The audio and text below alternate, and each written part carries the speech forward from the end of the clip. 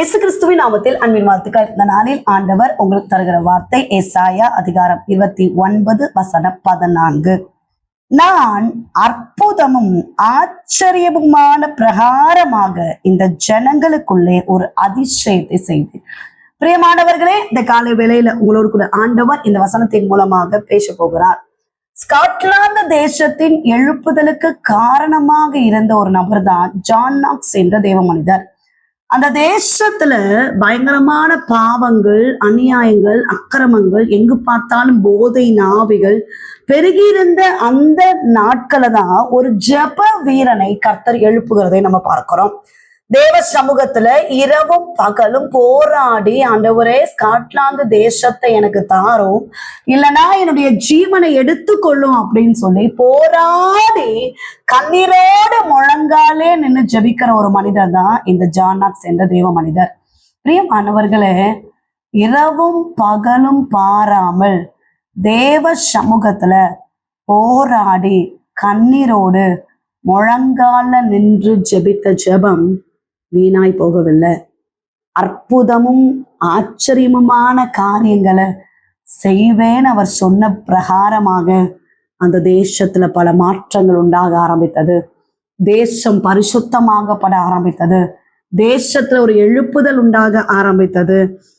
அந்த தேசத்தின் ராணி ஸ்காட்லாந்து தேசத்தின் எழுப்புதலுக்கு காரணமா இருந்த ஜான் நாக்ஸுடைய ஜபத்தை கண்டு அவங்க பயப்படுவாங்களாம்.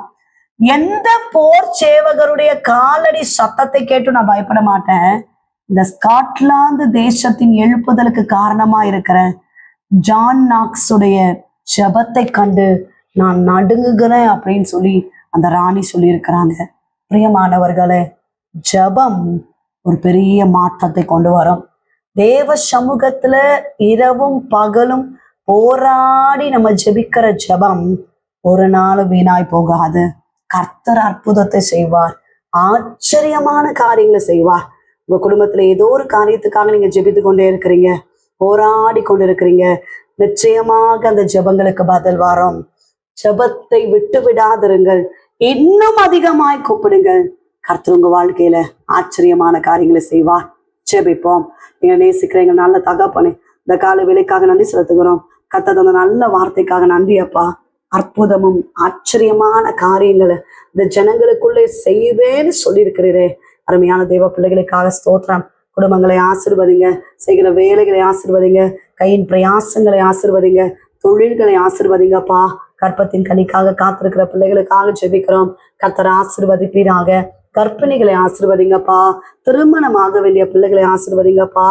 ஏசப்பா, செய்கிற வியாபாரங்கள், தொழில்கள், நன்மைகள், சகல காரியங்களையும் ஆசீர்வதிப்பீராக. கடன் பாரத்தோடு இருக்கிற குடும்பங்களுக்காக ஜெபிக்கிறோம். எல்லா கடன் பாரங்கள், நெருக்கங்களை மாற்றுங்க, தேவைகள் எல்லாம் சந்திங்கப்பா.